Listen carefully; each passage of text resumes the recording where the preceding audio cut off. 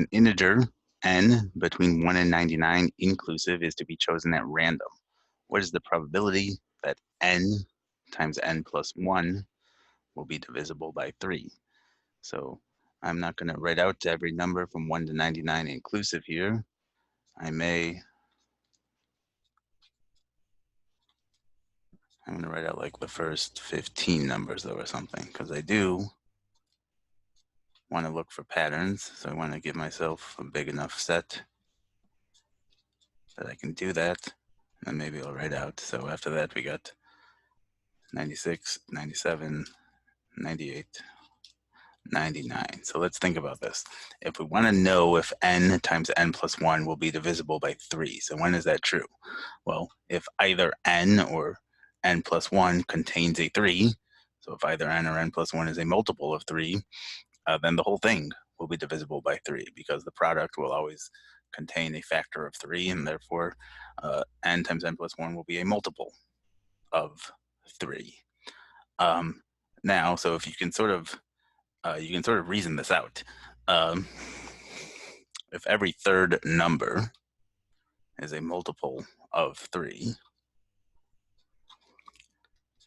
but we always get sort of 2 shots to get our multiple of 3 within our expression, well then we should have that 3 2 out of 3 times. And so if you see that, well, then really what you're doing is we're just sort of confirming the answer. Now, if you don't see that, it's also not that big a deal, because if you just start checking, you should realize this anyway. So if I just started checking my first few n times n plus 1s, what would happen? So I would have 1 times 2. So I got no 3 there.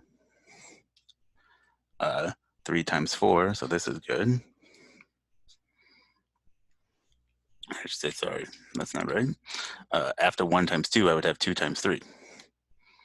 So I have a 3 there. Then I would have 3 times 4. So here I also have another 3. Then I would have 4 times 5. No 3 there. Then I would have 5 times 6. So my 6 gives me a 3. Then I have 6 times 7. So I get another 3. So you can see what's happening. In other words, because every multiple of 3 appears twice. It appears once as the n plus 1, and then it appears once again as the n. So because of that, 2 out of every 3 times, we're going to have the same pattern where we have our multiple of 3. So if we want to test just one more, 7 times 8, this is our no, but 8 times 9, 9 contains a 3. 9 times 10, we get our 9 again. And so this is going to be true all the way through 99. So we don't actually have to count, whether they're going to be 60, 66 out of 99 or something. But if you just see, oh, that's 2 out of every 3, and that pattern is going to extend all the way, that's your answer, D.